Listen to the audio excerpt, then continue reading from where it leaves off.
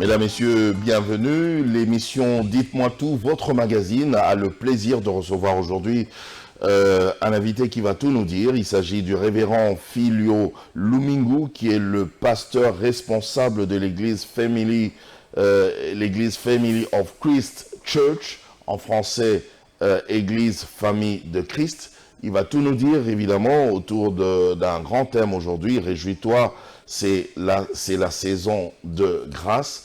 Mais aussi, moi, j'aurais tout plein de questions à lui poser autour de l'Église, autour de son ministère, bien évidemment, parce que vous aimeriez bien connaître cela. Il a accepté notre invitation.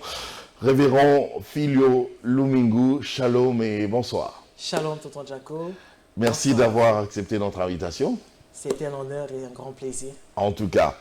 Alors, déjà, le révérend Filio, c'est vrai, nous l'avons connu à l'église Logos Rema depuis très longtemps, très jeune d'ailleurs. Oui. Vous avez commencé là-bas. Aujourd'hui, moi je vous reçois en tant qu'homme de Dieu, serviteur de Dieu, le révérend Filio. Qu'est-ce qui s'est passé? Comment ça s'est passé? On aimerait savoir. Ouf. Alors, brièvement juste. Déjà, merci tonton Jaco de nous recevoir et de nous accorder ce beau plateau pour parler un peu de notre appel, de notre ministère. Alors, c'est comme vous disiez tout à l'heure, nous sommes fils de Logos Rema, de Papa Diamant Kalangi, que nous saluons là où il se trouve. Alors, nous avons évolué là pendant 23 ans, depuis, je pense, l'âge de quelque chose. Les gens, parce qu'ils vont calculer. Ah oui, ils vont calculer. Alors, ça fait 23 ans que nous avons servi aux côtés de Papa Diamant, mais depuis une année maintenant, nous avons été officiellement bénis et libérés sous l'ordre du Seigneur, mais accompagnés par Papa Diamant Kalangi pour commencer cette œuvre de la Family of Christ Church. Il vous a libéré officiellement. Officiellement. Déjà consacré aussi? Alors, la consécration est en cours. Très bientôt, nous reviendrons vers vous encore pour vous parler de notre consécration. Alors, pourquoi le révérend, excusez-moi, je suis vraiment curieux, pourquoi le révérend Filio a décidé maintenant, vous allez me dire, oui, c'est une recommandation divine, mais vous-même, dites-nous, en tant que serviteur de Dieu, pourquoi c'est maintenant que vous décidez finalement de partir, ou vous demandez à votre papa de partir? En fait, la vérité, c'est que je n'ai pas décidé de partir à la base. C'est le Seigneur qui m'a convaincu et dit de partir parce que c'était plus mon temps à Logos Rema. Là, je suis en 2018, mais la révélation de l'Église, nous l'avons depuis 2016, exactement 2016, avec le nom, la vision, que le Seigneur nous a parlé dessus. Mais en 2018, exactement un 21 décembre 2018, pendant que nous avions 21 jours de jeûne et prière à Logos Rema, je venais de finir un programme avec les enfants et le frère Cèdre Katambaï d'ailleurs. Pendant que je voulais entrer au culte, le Seigneur me dit clairement, Filio, rentre à la maison, n'entre pas au culte, pars. Ce n'est plus ton temps à Logos Rema, va parler avec ton épouse. Parce qu'en fait, depuis tout ce temps, je n'avais jamais parlé à mon épouse de cette vision. Je l'ai gardée, j'ai prié pour cela, j'ai parlé à un seul ami très proche. Mais Dieu me dit, va parler à ton épouse ce jour-là. Parce qu'en fait, ma prière était que le tout dernier signe que Dieu me donnerait pour confirmer son appel serait l'acceptation facile de mon épouse. Parce qu'elle, de ce côté-là, elle est quand même assez serrée. Oui. Assez serrée. Il fallait vraiment que Dieu lui-même agisse. Alors ce jour-là, j'ai pleuré. J'étais en train de pleurer pendant que je sortais. Je rentre à la maison quand même. Je rencontre ma femme, elle me dit, mais pourquoi tu es rentré d'aussitôt? Je lui dis pour rien. On s'assit 2-3 minutes après, je lui parle de la vision. À ma grande surprise, elle me dit, je vais te répondre demain. Et on arrive demain, c'est elle-même qui me pose la question, chérie, maintenant dis-moi, comment on va faire pour l'église? Et c'est comme ça que c'était parti. Alors parce que Dieu m'avait réellement convaincu en 2018 que le temps de partir était arrivé. Alors, est-ce qu'à la base, vous-même, vous le vouliez? Permettez-moi de poser ces questions, oui, parce que les gens remarquent finalement que, surtout pour la jeune génération. Exactement. Vous évoluez très bien, super bien dans une église, mais à un certain moment, vous dites, voilà, le Seigneur m'a parlé, il faut que je parte, je dois commencer un ministère et tout ça. Pourquoi vous ne pouvez pas carrément évoluer, continuer à évoluer dans la même église qui vous a accueilli depuis très longtemps? Alors, je dirais ceci. Moi, personnellement, je n'ai jamais voulu. Est-ce que vous n'avez pas posé même la question à Dieu, mais Seigneur, je suis très bien ici avec mon papa? Mais ce qui est sûr, ce qui est vrai concernant mon appel, c'est depuis 2001 que ça a commencé. J'ai commencé à voir des messages. Déjà, le premier message, c'est dans une retraite à Logos Rem en 2001. Et ensuite, a eu des successions de messages. En 2004, dans une grande célébration qu'on appelait Kotab à l'époque, à Logos Rem, qui aujourd'hui c'est Celtab, célébration de tabernacle. Il y a un homme de Dieu qui venait de la France, le prophète Armand Nicolas, qui a prophétisé sur moi devant toute l'assemblée. Il disait justement cette phrase exactement. Il a dit, ce garçon est un homme de Dieu puissant, qui va servir Dieu au travers le monde et la gloire de Dieu l'accompagnera. Excusez-moi, la gloire de Dieu l'accompagnera. Ça, c'est en 2004. Je n'ai aucune vraie conscience du ministère, comment ça se passe. Je ne suis même pas dedans. En 2010, les prophéties ont continué. En 2012, là, j'ai fait une expérience personnelle avec le Seigneur. J'ai vu le Seigneur Jésus-Christ. Là, je suis en 2012. Qu'est-ce qui se passe en 2012? Je suis dans une vision. Je m'allonge. Je fais une vision. Laquelle des visions que je fais? Je vois une main qui quitte le ciel, qui me prend d'où je suis. J'allais dire quelque chose, mais j'ai souri, je le dirai. Dites-le. J'ai souri. Je comprends. La main me prend d'où je suis et m'emmène à l'intérieur du pays. Vous avez été ravi en esprit. Ravi en esprit. À l'intérieur comme dans du la pays. Bible. Exactement. Là, je pense, à Goma. Alors, je vis Goma. Je vis. Donc, je suis dans la ville de Goma. Je vois des gens qui partent au travail, qui partent à l'école, qui partent au marché, qui font leur vie de tous les jours. Mais le Seigneur me dit ceci, l'Esprit me dit ceci, regarde, dans cette ville, des milliers et des milliers de personnes meurent tous les jours. Je suis quand même surpris. Moi, je vois des gens qui vivent tous les jours, qui sont en train de vivre, mais on me dit que des gens meurent. On me ravit encore en extase, là, on m'emmène dans un pays d'Europe. On me dit la même phrase, pour aller très rapidement, la même phrase. On me ravit encore, on m'emmène dans un pays d'Amérique. L'Esprit me dit la même phrase. Et juste après, il me ravit. Je sors comme dans l'atmosphère et je vois la Terre dans sa forme. Et je vois les gens le globe. Le globe. Je vois vraiment la Terre en forme de globe. Okay. Alors, je vois les gens qui vivaient comme tout normal. Et l'Esprit me dit la même phrase encore. Des millions de personnes meurent sur la Terre tous les jours. Mais une précision. Cette fois-là, je n'ai pas seulement entendu l'Esprit, mais j'ai vu le Seigneur juste à côté de moi. Il dégageait une très forte lumière, une très forte brillance. Je ne peux pas décrire le visage que j'ai vu, mais j'ai vu un être à côté de moi qui était très brillant.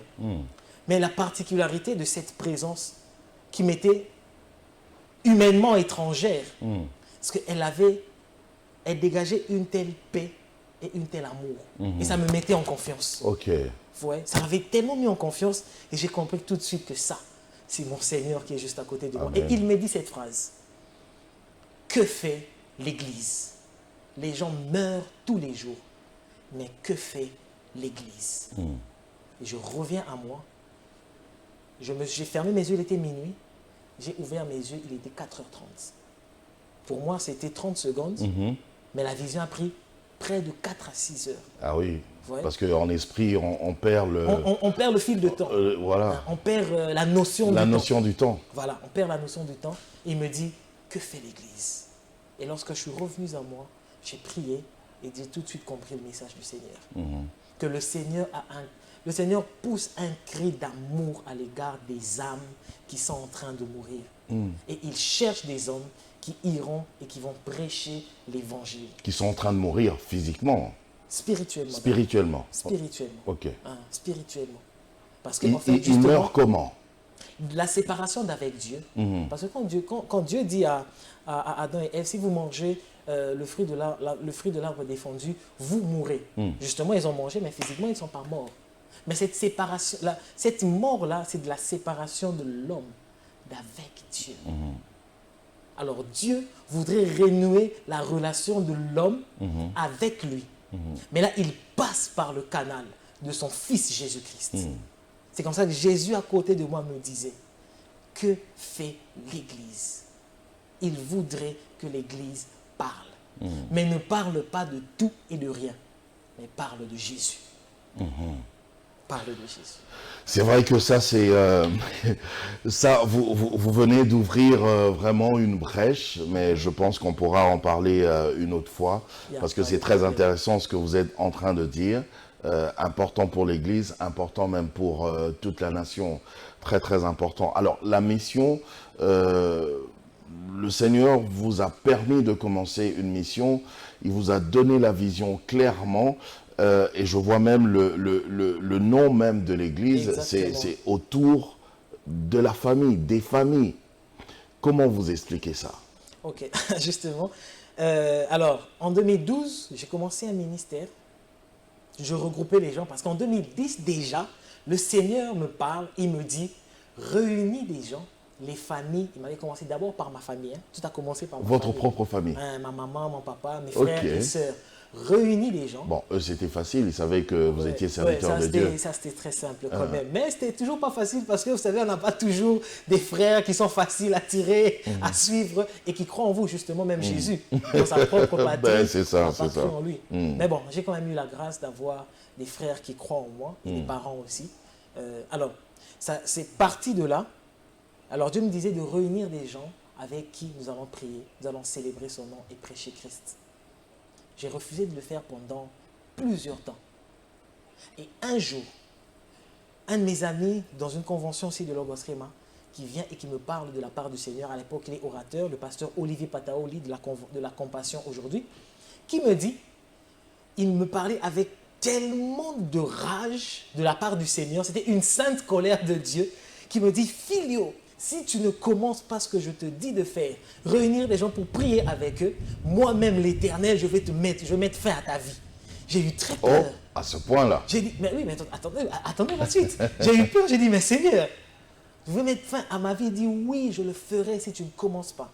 Parce qu'il y a ces vies qui se meurent. Dieu t'a appelé, Dieu t'attend sur le champ et tu traînes les pas. J'ai traîné encore une année pleine. Alors là, c'est quand j'ai vécu une histoire de folie avec Dieu. Je suis encore dans ma chambre, je finis ma prière de nuit, je m'endors, 7 h du matin, je vois une main, ça c'est en 2011, et la vision que j'expliquais de l'extase, c'est en 2012. Okay. Je vois une main, là j'ai pas vu, je sens une main qui entre dans ma poitrine, excusez-moi, il entre dans ma poitrine, et il me pince le cœur, très fortement. Tonton Jaco et chers téléspectateurs, je l'ai littéralement senti.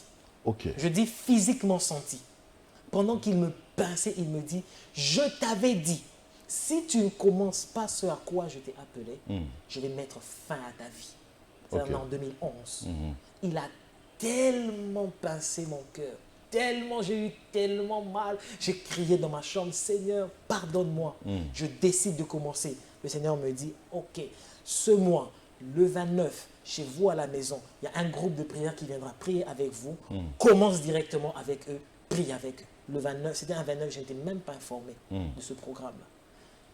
Et quand je dis, oui Seigneur, je vais commencer, le Seigneur lâche mon cœur. Il lâche. Vous savez, quand on vous touche la main, vous avez la sensation. Oui. Quand il a lâché, j'ai gardé cette sensation-là de douleur pendant une certaine période. Pendant une certaine période. Parce que là, c'est Dieu qui a touché. Pendant une certaine période, j'avais la sensation de la douleur pendant une période.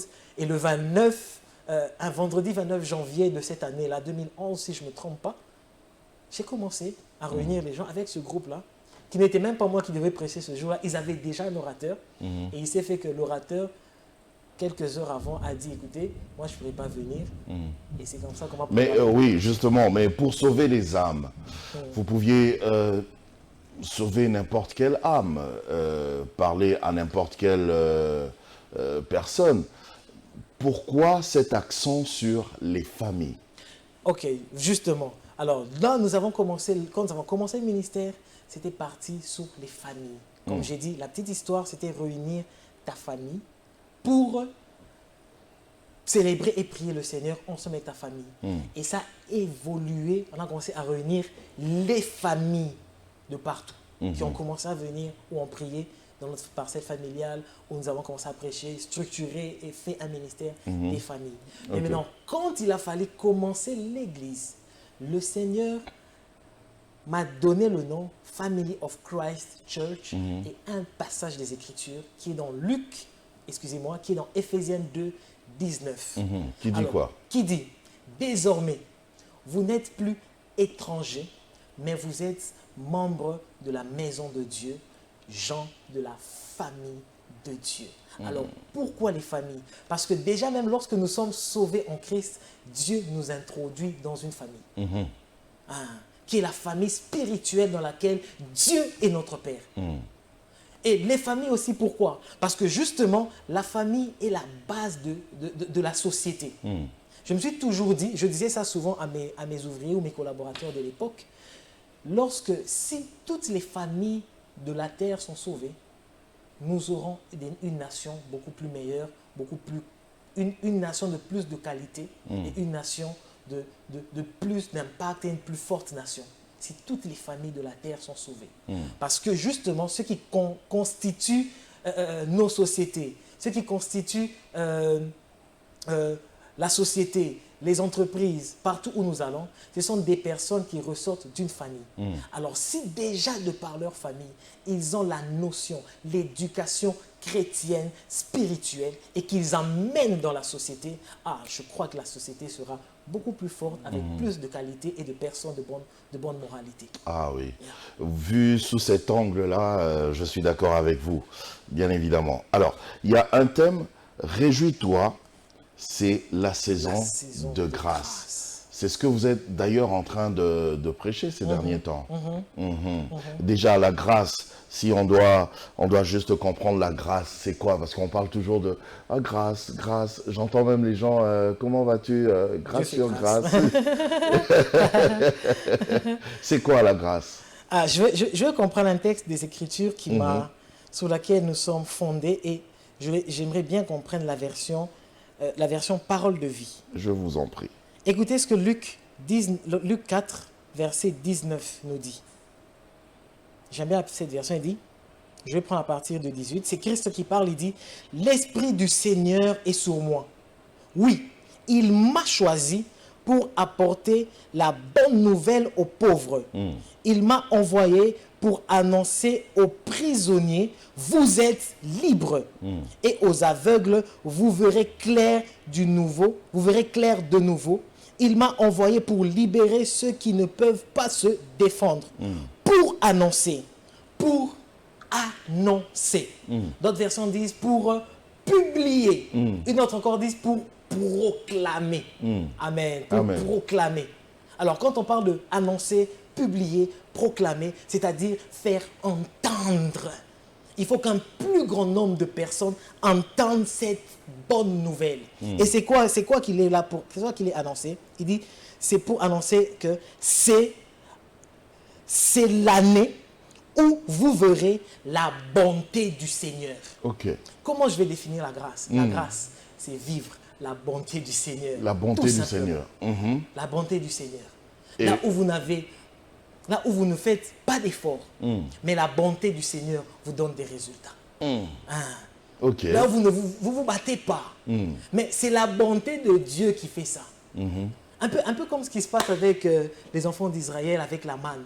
Ouais? Ils vivent la manne, mais ils n'ont fait aucun effort pour ça. Aucun effort. La seule chose qui se pose comme question, c'est quoi ça encore? C'est quoi? Parce que la manne, c'est ça signifie ça en fait. C'est quoi ça encore? C'est, mon Dieu, ça c'est Dieu. Ça c'est la bonté de Dieu. Donc la grâce, c'est la bonté de Dieu manifestée à l'égard des hommes. Maintenant, vous dites que c'est la saison maintenant. Donc c'est ma saison aussi. Oh, c'est la saison de tout celui qui nous suit. Expliquer. Non, il faut tout nous dire. C'est la saison de tout celui qui nous suit. C'est sa saison de grâce. C'est la saison où il va vivre la bonté de Dieu. Quelqu'un est en train de nous suivre là et peut-être qu'il est en train de se dire, mais qu'est-ce que le révérend Filio est en train de nous raconter? Parce que moi, ça va faire pratiquement un mois, ça va faire 2 mois 1 an que je suis vraiment en train de galérer, mais super fort. Lui me dit que voilà, maintenant là, je vais fournir aucun effort et c'est ma saison de grâce. Il faudrait bien expliquer à cette personne. Hein. Alors déjà, je vais rectifier quelque chose pour mieux éclaircir. D'accord. Nous ne disons pas qu'il ne faut pas faire d'efforts, qu'il ne faut pas travailler. Ah, Ça, il faut le dire. Hein. faut toujours travailler. D'accord. Il faut travailler. Okay. Maintenant, l'avantage de l'année de grâce, parce que Jésus, quand il dit, il parle de l'année de grâce. Okay? Il dit, pour proclamer une année de grâce du Seigneur. Quand il parle de l'année de grâce, il n'est pas en train de parler d'une année civile. Non. Il est là en train de parler d'une période, d'un moment, d'une saison, d'un nouvel ordre dans laquelle il introduira les enfants de Dieu. C'est quoi cet ordre? C'est l'ordre de la grâce ou de la bonté de Dieu. Alors maintenant, à cette personne-là qui est en train de nous suivre, qui traverse une circonstance comme ça, alors qu'est-ce que je lui dirais? Écoute, la bonté de Dieu est suffisante pour vous. Croyez-en. Croyez à la bonté de Dieu, mais croyez en Jésus-Christ. Ça, c'est une précision sur laquelle je continuerai. Est-ce que par rapport à, je vais dire, pour bénéficier de cette grâce, être dans cette saison où l'Éternel est en train d'agir vraiment dans ma vie, faudrait forcément que je sois un enfant de Dieu ou bien tout le monde peut bénéficier de cette grâce? Déjà, la vérité, c'est que Dieu lève le soleil et la pluie pour les bons comme les méchants. Ok. Il donne la vie aux bons et aux méchants. Ok? Il donne la santé aux bons et aux méchants. Mais la grâce, le concept de la grâce est une exclusivité pour ceux qui sont en Jésus-Christ. Okay. Parce que celui qui en parle, c'est Christ lui-même dans ce contexte. Si vous lisez plus haut, il dit, Jésus vient au temple, on lui remet le rouleau, il ouvre et il trouve là où c'est écrit l'écriture que je viens de lire. On ne dit qui a déjà d'ailleurs été écrit dans, je crois, dans Isaïe. Dans Isaïe. Le texte d'Isaïe qu'on lui avait donné. Il trouve. On ne dit pas qu'il cherche. Il ne cherche pas. Il est tombé sur ça. Non, même pas qu'il est tombé. Parce que la vraie interprétation ne parle pas de tomber. La vraie interprétation nous parle de, comme on dit, il a déroulé. Il a déroulé et il est allé pile point dessus. C'est pas qu'il a commencé à chercher. Vous voyez, quand vous cherchez, parce que soit vous ne connaissez pas exactement ce que vous voulez, ou alors vous ne savez pas où ça se trouvait. Non. Mais lui, il savait exactement ce qu'il voulait dire et ce qu'il voulait annoncer. Ok. Ok?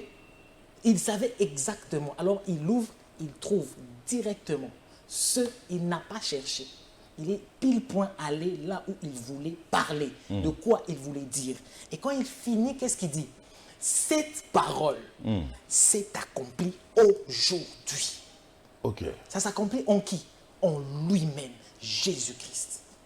Donc quand c'était dit dans Ésaïe, c'était pas encore l'accomplissement. C'était pas encore l'accomplissement, c'était une prophétie. Ok.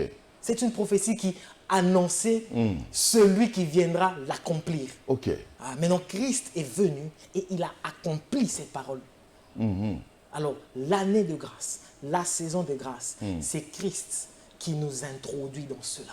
Okay. Qui nous prend d'un état en dehors de la vie de grâce et qui nous introduit dans cette vie pleine de bonté infinie de Dieu. Comment je peux savoir que maintenant, là, je suis vraiment en train de vivre ma saison de grâce? Je vais dire, quels seront les signes qui montreront que, voilà, maintenant, Makamango est bandi? C'est quoi? Déjà, la première des choses, c'est le fait déjà d'être en Jésus-Christ. Si vous croyez au Seigneur Jésus-Christ, si vous entrez dans le Fils de Dieu, si vous entrez en Dieu par son Fils Jésus-Christ, vous accédez automatiquement dans l'année ou dans la saison de grâce. Mais on ne voit rien? Non, d'accord, ok. Vous entrez dans la saison de grâce. Oui. Ok? Maintenant, c'est une question de savoir, de le comprendre. Parce qu'en fait, vous savez, le grand problème dans la vie, et même dans la vie chrétienne, ce n'est pas un problème d'abord de qui on est devenu. Le grand problème, c'est un problème de savoir ce que l'on est réellement devenu. Et c'est ça le problème que Paul a avec Éphésiens. avec les Éphèses. Vous voyez? Quand vous lisez le texte d'Éphésiens, Paul se rend compte que ces gens, Éphésiens 2 par exemple, le temps manquerait que je le lise, Éphésiens 2. Lorsque Paul Non, mais vous pouvez. Hein. Lorsque Paul parle aux Éphésiens, On veut tout comprendre. Hein. Lorsque Paul parle aux Éphésiens, Paul est en train de dire ceci. Vous étiez, je prends Éphésiens 2. Il dit, Éphésiens 2, vous étiez morts par vos offenses, je vais lire jusqu'à 5 rapidement, par vos offenses et par vos péchés, dans lesquels vous marchez autrefois, selon le train de ce monde, selon le prince de la puissance de l'air de l'esprit, qui agit maintenant dans le Fils de la rédemption. Est-ce que vous vous êtes rendu compte que lorsque Paul est en train de parler à Éphésiens, il ne les parle pas comme au présent, mais il dit vous étiez. Déjà. Donc, comme pour dire, maintenant là, vous n'êtes plus ça. Et quand vous suivez la suite, Paul explique d'abord ce qu'ils étaient, ce qu'ils sont devenus, et quelque part même, il dit, en Christ, il vous a fait asseoir dans les lieux célestes. Et à 19 maintenant, il dit, ainsi donc, vous êtes membre de la famille de Dieu. Vous comprenez? Alors, Paul a un problème avec le peuple d'Éphésie. Son problème, c'est quoi? C'est qu'ils sont déjà ils sont déjà enfants de Dieu. Ils sont déjà dans la famille de Dieu. Ils sont déjà membres de la famille de Dieu. Mais ils sont encore complexés parce qu'on les appelle des incirconcis. Oui. Vous comprenez? Donc, ils sont une chose, mais ils ne le savent pas. Et le fait de ne pas le savoir, d'être ignorant à ces choses, peut vous emmener à ne pas jouir pleinement de ce que vous êtes devenu en Jésus-Christ, peut vous emmener à ne pas jouir de l'année, de la saison de grâce dans laquelle vous êtes en Jésus-Christ. Et c'est ça le grand problème. C'est un peu comme votre papa, c'est le président de la République. Justement. Mais on ne vous a jamais appris que... Tu vois, le président là, c'est ton papa. C'est ton papa. Okay. Justement. C'est justement ça le problème. C'est la connaissance de qui tu es devenu en Christ de Jésus, ton identité. De ton identité. Et même quand Paul parle dans Éphésiens 1, il dit, je prie que Dieu vous donne la sagesse afin que vous compreniez. Et puis après ça, il dit, je prie que Dieu vous ouvre les yeux afin que vous compreniez quel est à votre égard. Paul ne dit pas que la bonté de Dieu se manifeste en votre faveur. Non. Il dit que vous compreniez ce qu'elle est à votre égard. Je vais prendre rapidement pour que nous soyons fidèles à ça. Éphésiens 1, le 18, il dit « Et qu'il illumine les yeux de votre cœur pour que vous sachiez, d'autres versions, que vous compreniez quelle est l'espérance qui s'attache à son appel, quelle est la richesse de la gloire de son héritage qu'il réserve aux saints et quelle est envers nous qui croyons l'infinie grandeur de sa puissance manifestée avec efficacité par la vertu de sa force. » Quelqu'un pourrait dire que ce ne sont que des belles paroles pour appâter les gens, pour appâter le monde. Parce que les gens veulent que les choses soient pragmatiques. Oui. Mais c'est la... Je galère, je veux que ma situation change maintenant. Mais voilà pourquoi j'ai besoin d'argent, je veux que ça change maintenant. Vous galérez. Jésus dit, cette parole s'est accomplie. De quelle parole il a parlé? Il dit, je parle de la galère. Il dit, l'Esprit du Seigneur est sur moi, il m'a envoyé pour annoncer une bonne nouvelle aux pauvres. Aux pauvres. Dans l'année de grâce, qu'est-ce qui se passe? Le pauvre a une bonne nouvelle. Parce qu'aux pauvres... Comment il fait pour vivre ça? En fait, je me mets vraiment à la place du citoyen lambda qui a l'habitude de dire, voilà, vous avec votre Jésus, Jésus c'est ci, Jésus c'est là, mais nous ne voyons rien. Voilà, maintenant, essayez de convaincre cette personne-là. Mais est-ce que vous savez, j'allais dire docteur Jacob. Est-ce une prophétie? Mais c'est ce que j'allais dire. Est-ce pas une prophétie? Mais vous savez, docteur... Pourquoi docteur revient? Aïe, aïe, aïe. Tonton Jaco, est-ce que vous savez que, je disais, l'année de grâce, c'est en Christ Jésus que ça se passe. Le grand problème avec l'Église aujourd'hui, c'est que l'Église a prêché tout. L'Église prêche tout, sauf une chose importante, sauf la plus importante. Quoi? C'est Christ Jésus. Écoutez ce qui se passe. Écoutez ce qui se passe. Nous sommes dans Luc 21, sur le chemin d'Emmaüs. Il y a deux disciples qui quittent Jérusalem vers Emmaüs. La Bible dit que ça prend 2 heures du temps de route. 2 heures du temps de route. Alors, sur le chemin, ils sont en train de parler. La Bible dit qu'ils étaient tristes. Précision. Qu'ils étaient tristes comme mon frère. Il est triste parce que les choses Ne marchent pas. Parce qu'il est malade. OK? Et Jésus les apparaît et il leur parle. Mais vous parlez de quoi tout en ayant l'air très triste comme ça? Écoutez ce que les deux disciples le disent. Mais n'es-tu pas le seul qui ne connaît pas ce qui s'est passé? Un certain homme qu'on appelait Jésus, qui était puissant en parole et en acte devant Dieu et devant les hommes. Nous croyons que c'est lui qui allait nous libérer, mais malheureusement, ça fait 3 jours qu'il est mort. Blabla. Il raconte l'histoire. Jésus a pris parole et a commencé à leur parler. Écoutez, j'aime ce que la Bible dit. La Bible dit, Jésus a commencé à leur parler. Depuis Moïse, d'autres versions disent depuis la loi, jusqu'aux prophètes. Jésus a commencé à leur enseigner tout ce qui était dit sur lui-même Jésus. Jésus leur a enseigné sur Jésus lui-même. Sur Jésus. Il parlait. Quand il a fini à parler, ils sont arrivés 2 heures de route. Jésus ne parlait que de Jésus lui-même. 2 heures de route. Ils arrivent à Emmaüs, ils ont siégé quelque part, ils font la Sainte Seine, ils mangent, la Bible dit, leurs yeux s'ouvrirent, Jésus disparut. Mais quand leurs yeux s'ouvrirent, écoutez la phrase. Des gens qui étaient tristes, ils prennent la phrase, qu'est-ce qu'ils disent? N'est-ce pas que nos cœurs brûlaient de feu lorsqu'il nous parlait? Ils parlaient de qui? De Jésus. Et ils ont vu clair. Et leur souci, leur tristesse est partie. Ce n'est pas d'abord qu'ils ont peut-être eu directement ce qu'ils cherchaient, mais c'est d'abord qu'ils ont eu la foi en la personne de Jésus-Christ qui est là pour les sauver. Je suis d'accord avec vous, révérend. Mais les gens se disent plutôt, ce serait plus facile d'aller dans la magie, par exemple, dans les fétiches ou dans les sciences occultes, parce que là, c'est pragmatique. J'y vais, je demande quelque chose et j'ai la solution directement. Oui. Avec ce que vous êtes en train de nous dire, quelqu'un pourrait dire, mais voilà, encore du bla, bla, bla, bla. Je ne vois rien. Vous dites quoi? Tonton Jaco, c'est vrai, allez dans la magie, vous gagnez rapidement, mais vous mourrez aussi très rapidement. Mais allez en Jésus-Christ, vous gagnez autant que Dieu prévoit pour vous. Mais la première des choses, la plus importante que Dieu met dans ton cœur, c'est la paix et la joie. Et puis, j'aime le dire, mon Dieu, non, notre Dieu, je préfère le généraliser à nous qui croyons au Seigneur Jésus-Christ, parce que nous sommes une famille en Christ Jésus. Nous, en Dieu, le miracle, c'est une chose normale dans la famille ou dans l'Église.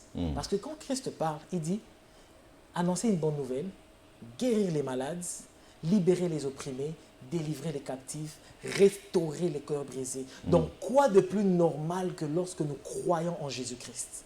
Que lorsque nous sommes dans un milieu, dans une église où Jésus... J'aime le passage qui a dit, d'ailleurs, Jésus-Christ, le Fils de la rédemption. Le Fils de la rédemption. Oui, au verset 5 de Éphésiens. J'aime bien. Dans la rédemption même, c'est lui. C'est tout ça. C'est même lui-même. Vous voyez? Donc, lorsque Christ est célébré quelque part, est célébré dans une vie, quoi de plus normal de vivre le miracle? Ok. Alors, s'il y a ce souci, comme vous le présentez, de galère, de ceci, de cela, l'année de grâce, c'est en Jésus-Christ là. Le miracle est certain. Révérend, vous insistez, c'est en Jésus-Christ, c'est en Jésus-Christ. Jésus. Ok, d'accord, je vous prends au mot. Ici, en République démocratique du Congo, nous avons plusieurs religions, plusieurs spiritualités.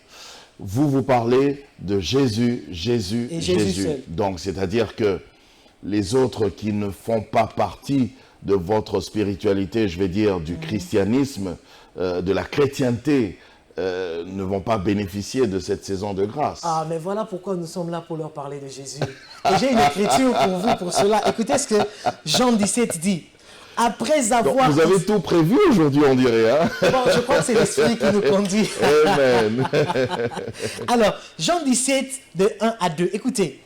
Après avoir ainsi parlé, Jésus leva les yeux au ciel et dit, « Père, l'heure est venue. Glorifie ton Fils afin que ton Fils te glorifie, selon que tu lui as donné pouvoir sur toute chair, afin qu'il accorde la vie éternelle à tout ce que tu lui as donné. Qui accorde la vie éternelle? C'est Jésus-Christ. Ok. Maintenant, écoutez, Jésus explique c'est quoi la vie éternelle. Ah, J'aime ce verset. c'est quoi la vie Il éternelle? explique la Bible.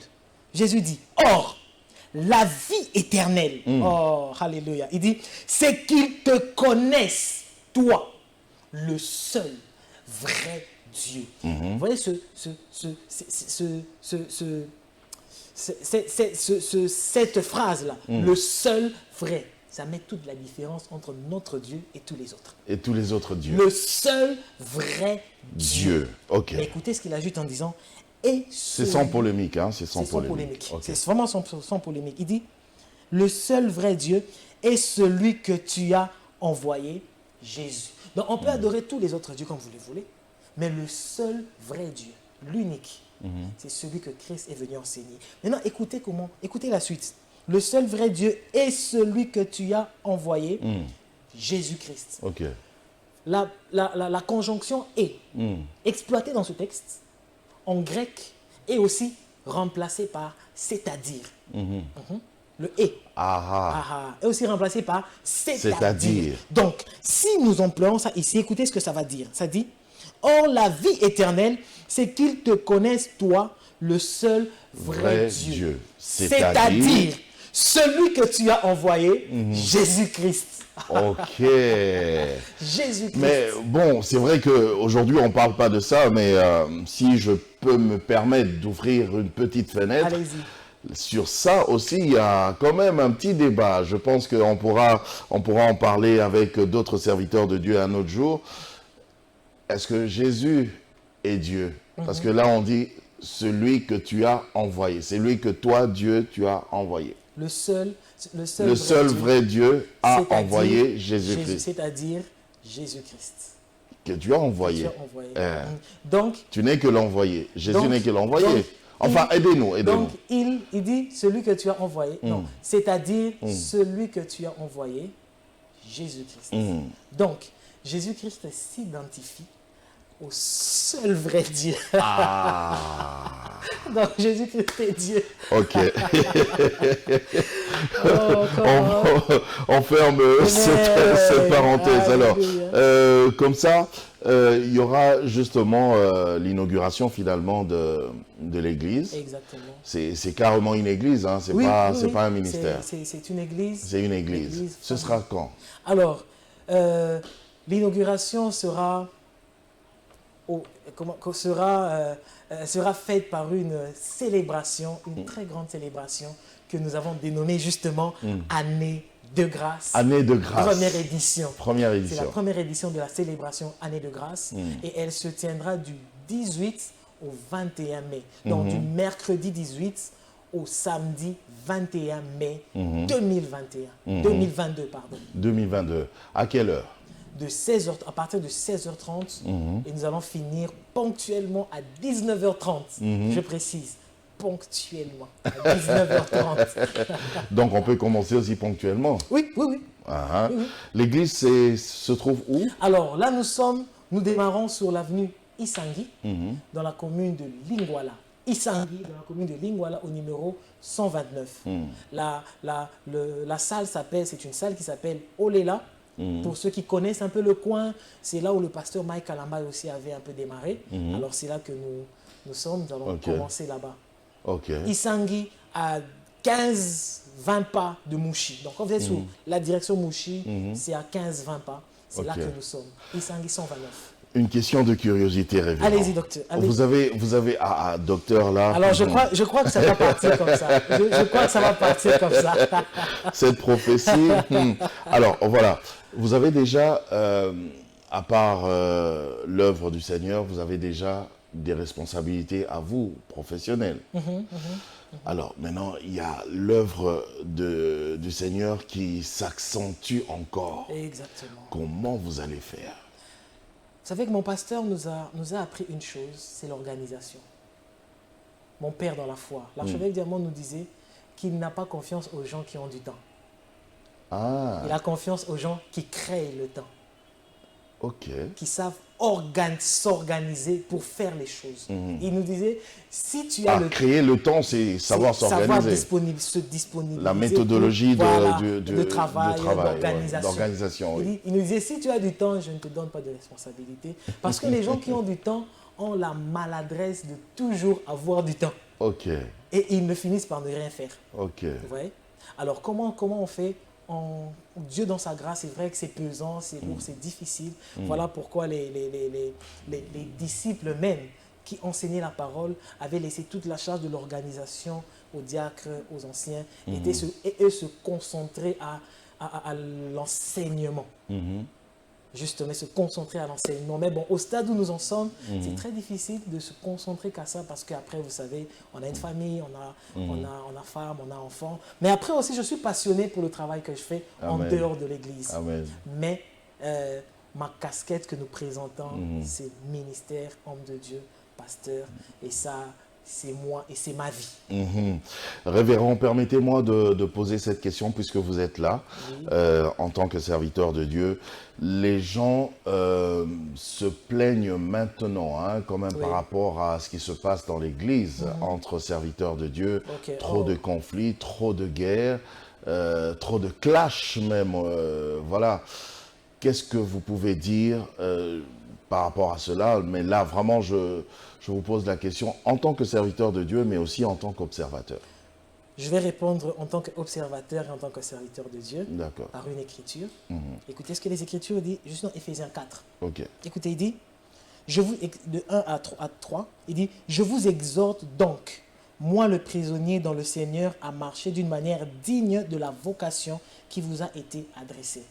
Marcher digne de cette vocation-là. Alors, les clashs et tout ça n'est pas digne de l'appel que nous avons reçu. Je continue. En toute humilité et douceur, avec patience, vous supportant les uns les autres avec charité. Nous supportons, sachant que tonton Jaco est un frère dans la foi, je suis un frère dans la foi, c'est un aîné, je suis un plus jeune, je peux avoir des failles et nous devons nous supporter dans la charité. Il continue en disant, vous efforçons quoi? De conserver l'unité de l'esprit par le lien de la paix. Il dit de conserver l'unité de l'esprit. Donc c'est un travail que nous devons faire, c'est un effort que nous devons faire, conserver l'unité. Vous savez, j'aime le dire, lorsque l'unité quitte l'Église, c'est la preuve que le diable s'est infiltré. Parce qu'une des choses que le Saint-Esprit vient faire dans l'Église, c'est nous mettre unis. Voilà pourquoi nous sommes une famille. Dans la famille, même on dit les linges sales se lavent en famille. Donc nous devons nous battre pour conserver cette unité. D'autant plus que quoi, la suite il dit, nous avons un seul Père, un seul Seigneur, un seul Esprit et une seule espérance. D'accord. Une seule espérance. Les linges sales se lavent en famille, mais nos linges sales, finalement, de l'Église commencent à causer même du scandale. Juste un conseil, révérend.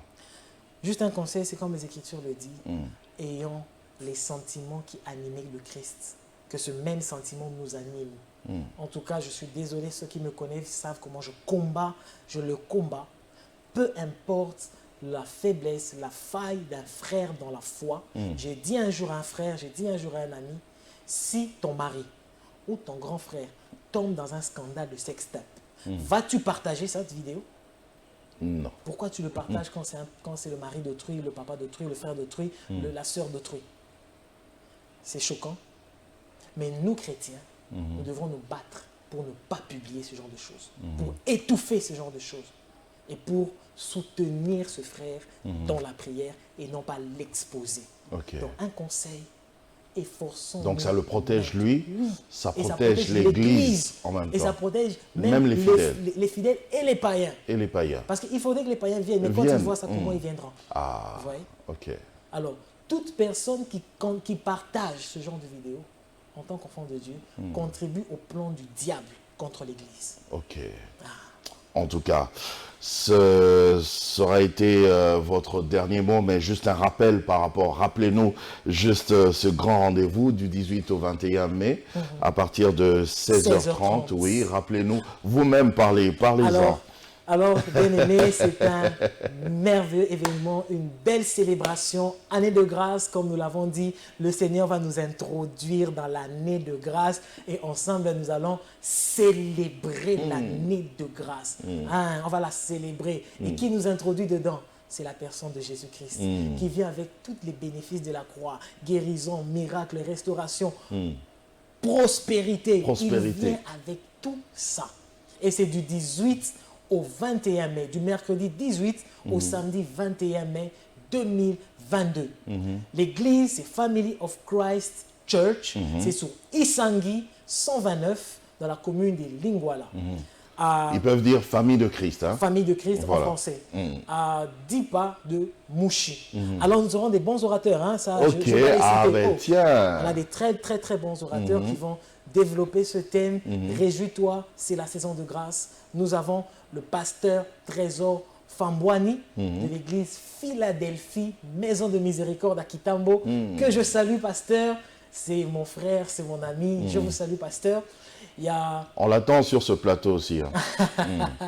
Pasteur, on t'attend sur le plateau. Il y a le pasteur Annie Kondo, c'est le Bandal 2, une maman merveilleuse, qu'on appelle souvent un bon maman. Elle sera avec nous. Okay. Il y a le pasteur Blaise Luanga, F-Min Church. Lui aussi, c'est un merveilleux orateur qui est aussi un ressortissant de Logos Rema. Et il y a le pasteur Jerry Chiamou. Alors, le pasteur Jerry Chiamou de Logos Rema. Parce qu'il fallait quand même une représentation. Ah ben oui, quand même. Et la louange, il y aura des chantres aussi merveilleux. Des merveilleux chantres. On ne les cite pas, on préfère voir sur place. On garde la surprise. Mais on cite quand même un, c'est Papa Deningonde. Papa Deningonde sera là. C'est une surprise. Ok, d'accord. Donc, vous êtes parti carrément à la old school. À la old school, comme vous dites. Merci, révérend Filio Lumingu. C'est moi qui vous remercie, tonton Jaco. Merci à vous également de nous avoir suivis. Allez, le numéro de téléphone est là au bas de vos petits écrans. Hein. Vous nous faites un petit message comme ça. Même si vous voulez participer à l'émission, n'hésitez pas. On est ouvert à tout le monde. C'est pas que les pasteurs. Hein. Dites-moi tout, c'est pas que les pasteurs.